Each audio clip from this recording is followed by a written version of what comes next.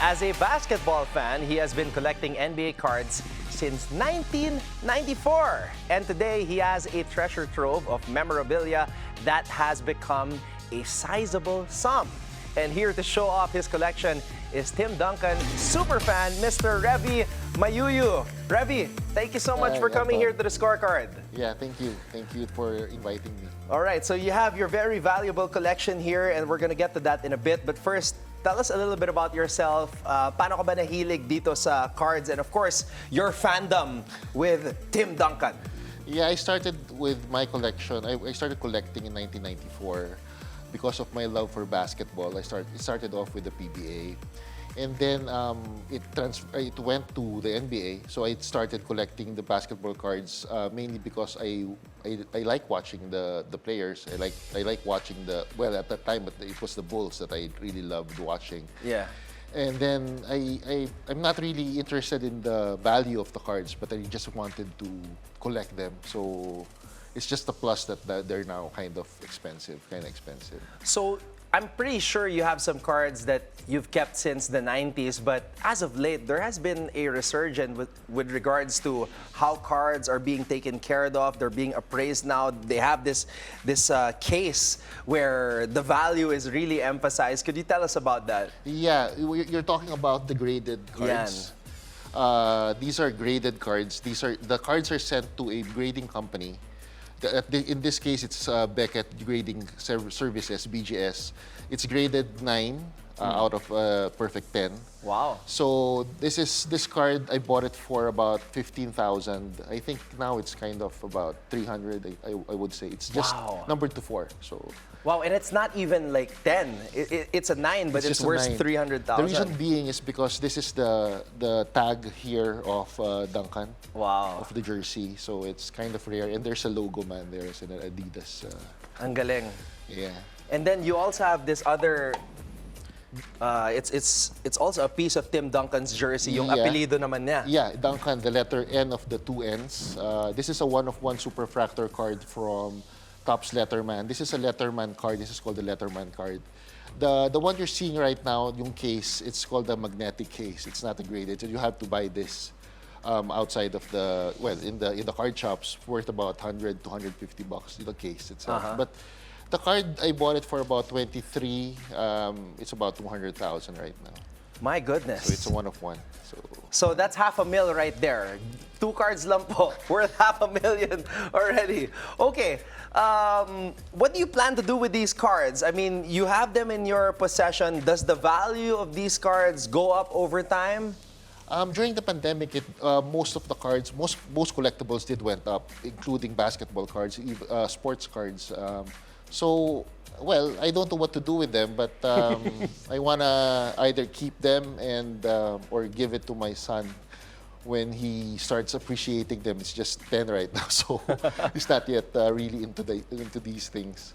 Okay, now I want to ask you about your fandom for Tim Duncan.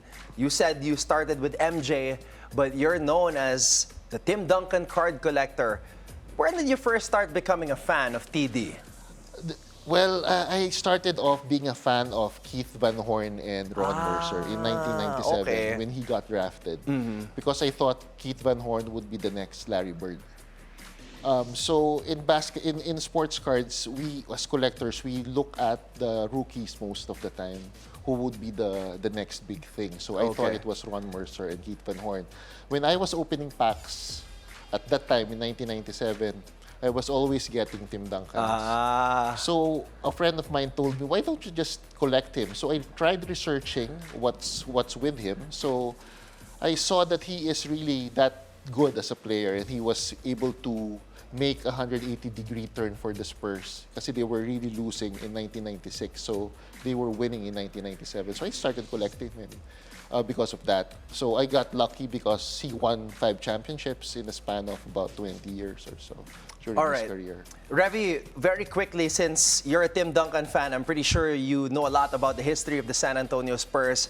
Sa ngayon, they got one of the rising young point guards in the league, De'Aaron Fox. What do you think about the trade, and do you think that this will help the Spurs long term? I think so, because CP3 would be leaving soon because he's been in the league since 2005. So I think De'Aaron Fox will be the best thing for Wembanyama. But I think Wembanyama needs to be mature before I could really say that he would be able to, but the both of them, the tandem, would be able to bring the Spurs to the glory land as we know of, like what Tim Duncan did for the San Antonio Spurs. Well, I feel like, Revi, that's what the Spurs organization believes when they picked Wemby #1. So right now, we're going to do a little exercise, which is something that we do here on the scorecard. I'm going to give my list of all-time power forwards in NBA history. If you could join me here on the LED screen. I'll start it off with #5. Back in the 90s, when you and I were watching NBA basketball, he was the prototypical power forward. He could run over defenders. He was chiseled. And for the longest time, he was #2 in terms of the scorers in NBA history. But he was surpassed by LeBron James. And of course, LeBron James surpassed Kareem Abdul-Jabbar. So he's #3. At #5, give it to me right here. The 5th best power forward in the history of the NBA. Bam! The mailman, Karl Malone. He would have been higher, but LeBron passed him already. Your thoughts on the mailman? He was my #1 power forward of all time, if not for Tim Duncan. So yeah, I would say that he is really good, and he always delivers, right? The mailman always delivers. Except against the Bulls and Michael Jordan. He went to the finals twice, but unfortunately, MJ got the win on both occasions. At #4, I'm pretty sure you're going to be surprised. I'm pretty sure a lot of guys will be surprised because he is still an active player in the NBA right now. An international player at that. Give it to me right here. He plays for the Milwaukee Bucks wearing jersey #34. Boom! Giannis Antetokounmpo! NBA champion, 2-time NBA MVP, just 30 years old, Revi. I feel like down the road, he could be higher on this list. Yeah, if he gets a better teammate. They got Kuzma and he has Damian Lillard. Yeah, you know. So let's see if he could win another championship, because you need to win more championships to defeat Tim Duncan as #1. So you're already assuming that Tim Duncan is #1. Let's go to #3 first. The most intense player in the history of the NBA. He said, anything is possible. Let's go right here. #3. Won a championship with the Boston Celtics. Boom! KG, Kevin Garnett. Yeah, he won with the Celtics, with Paul Pierce and Ray Allen. So he had to transfer teams. That's why I don't really rank him that high in my list. But KG is the rival of Tim TD. So, so okay, let's go to #2. Revi, to me, he is the greatest international player that ever played in the NBA. And siya yung nagpauso para sa akin ng stretch 4. The first real stretch 4 in the NBA. 7 foot tall from Würzburg, Germany. Put him up on the big screen right here from the Dallas Mavericks. Dirk Nowitzki. Yeah, the German. So yeah, I love him because he never left Dallas. He had that loyalty, and the Dallas is loyal to him. So, unlike what happened to Luka.